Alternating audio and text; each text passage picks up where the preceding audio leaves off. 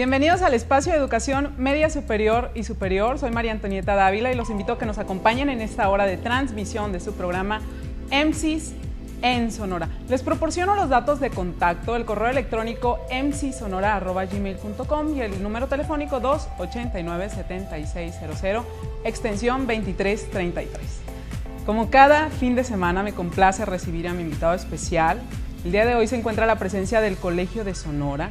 Con nosotros presente el doctor en Políticas Públicas por la EGAP del Tecnológico de Monterrey y profesor investigador del Colegio de Sonora, es el doctor Víctor S. Peña. Doctor, bienvenido. Gracias por estar aquí. Gracias por su presencia. Hace unos meses tuvimos la presencia de usted en este programa de educación media superior y superior con el tema de transparencia y rendición de cuentas. El día de hoy el tema es transparencia y deuda pública, un tema muy importante. Pues sí, afortunadamente hemos estado concentrándonos en la parte esta de los estudios de la transparencia con una utilidad y en este caso lo que hemos estado desarrollando en los últimos meses tiene relación precisamente con un tema reciente en la agenda pública, que es el de la deuda pública. Excelente. Doctor, empecemos.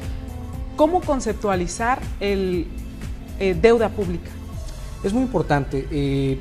La deuda pública es, digamos, para trasladarlo a términos muy sencillos o, digamos, cotidianos, es prácticamente lo mismo de lo que tenemos nosotros, personas, digamos, físicas, como una deuda. Es decir, acudes a alguna institución o a alguna otra persona para que te preste y de alguna manera lo que estás haciendo es, el día de hoy estás ejerciendo un recurso que todavía no has ganado, ¿no? Ya sea a través de la nómina o a través de la tarjeta de crédito. Una persona lo que hace es, bueno, pides que te adelante una quincena o que la tarjeta de crédito del banco te adelante algunos futuros ingresos para utilizarlos a satisfacer necesidades del día de hoy. Y en el caso de la deuda pública es casi lo mismo, es decir, las instituciones públicas, el país, los estados y los municipios lo que están haciendo es tomar una decisión de ejercer el día de hoy recursos que todavía no tienen, que tendrán en un futuro pero que todavía no lo tienen, y entonces el día de hoy tratan de satisfacer esas necesidades con estos recursos futuros.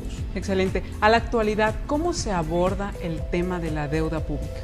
La deuda pública actualmente, digamos, es producto de una evolución histórica, ¿no? Hasta prácticamente los 80s, es decir, ya hace algunos años, el tema que estaba en la agenda pública era la deuda externa. Es decir, si hacemos un poquito de historia en la economía nacional, recordaremos o estarán ya en los libros de historia todo este proceso que hay de los 70s, particularmente los gobiernos nacionales, en donde la presidencia de la República, descubriendo unos pozos petroleros, piensa que es importante, que vienen momentos de mucha abundancia económica, se genera toda una política social, es decir, el Infonavit, todas estas instituciones, grandes instituciones que tenemos sociales, se generan en esa época, y resulta que no hay forma, desde los 70s, principios de los 80, con la crisis petrolera, no hay manera de fondear esos programas. Y entonces lo que se hizo en aquel entonces fue solicitar créditos al extranjero, y a partir de ese momento se hablaba mucho de la deuda externa. En el caso de la deuda pública, ya como lo estamos viendo actualmente, es sobre todo en temas de una deuda pública subnacional.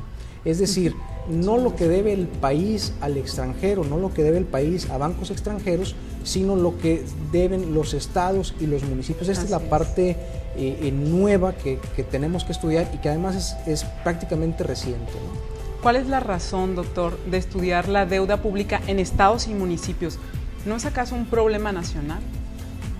Bueno, no un problema nacional. De hecho, si uno revisa las declaraciones de la Secretaría de Hacienda, de su titular, e incluso del presidente de la República, ellos reiteradamente han dicho que la deuda en estados y municipios no es un problema nacional. Y es verdad, es decir, si vemos la gran fotografía nacional, lo que se debe, o la deuda pública en estados y municipios, no es una carga lo suficientemente importante como para desestabilizar el país, por ejemplo, ¿no? Entonces, ¿cómo en el orden nacional no es un problema. Okay.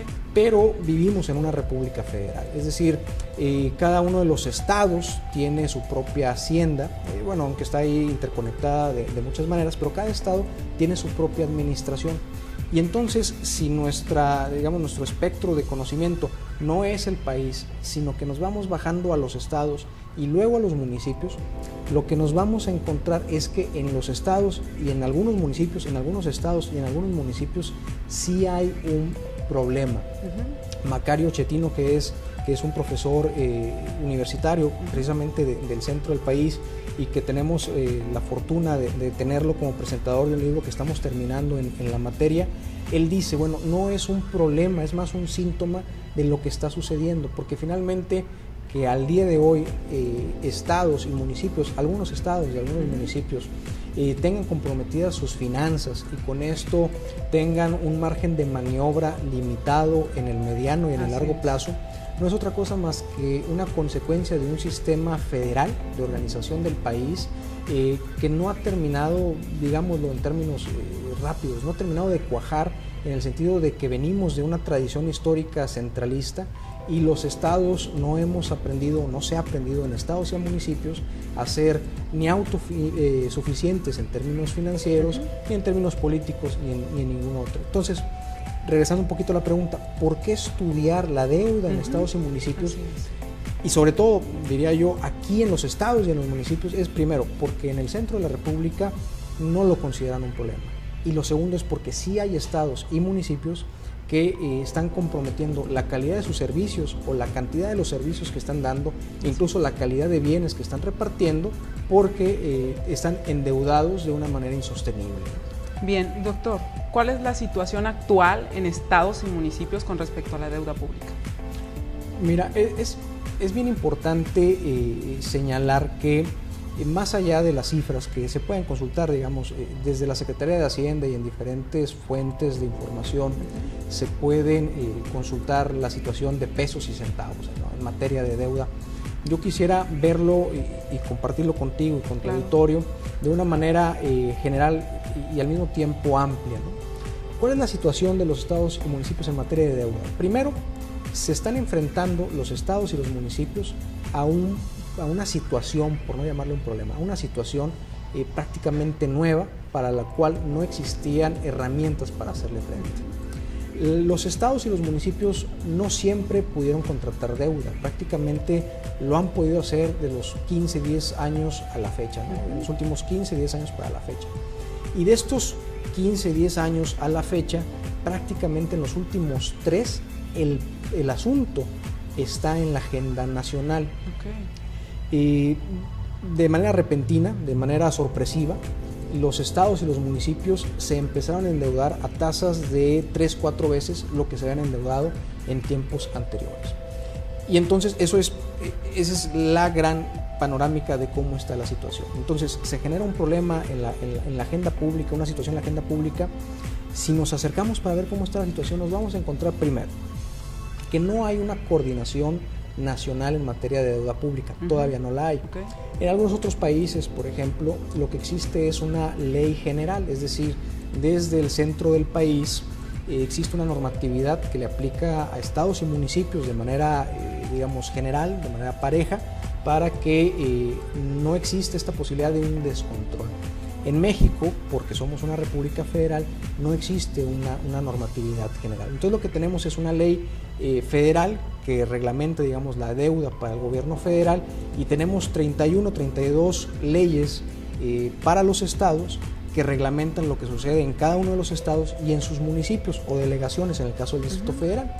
Entonces lo que tenemos es, vamos a decir así, como que una suma de leyes que entre ellas hay diferencias desde los términos que se utilizan hasta los montos en los cuales se pueden endeudar y prácticamente incluso en el procedimiento para endeudarse. Entonces lo que sucede en Sonora puede no ser exactamente comparable con lo que sucede en Chihuahua o en Sinaloa, y eso genera una confusión cuando queremos entender qué está pasando en nuestro estado o en cualquier estado en tema de la deuda.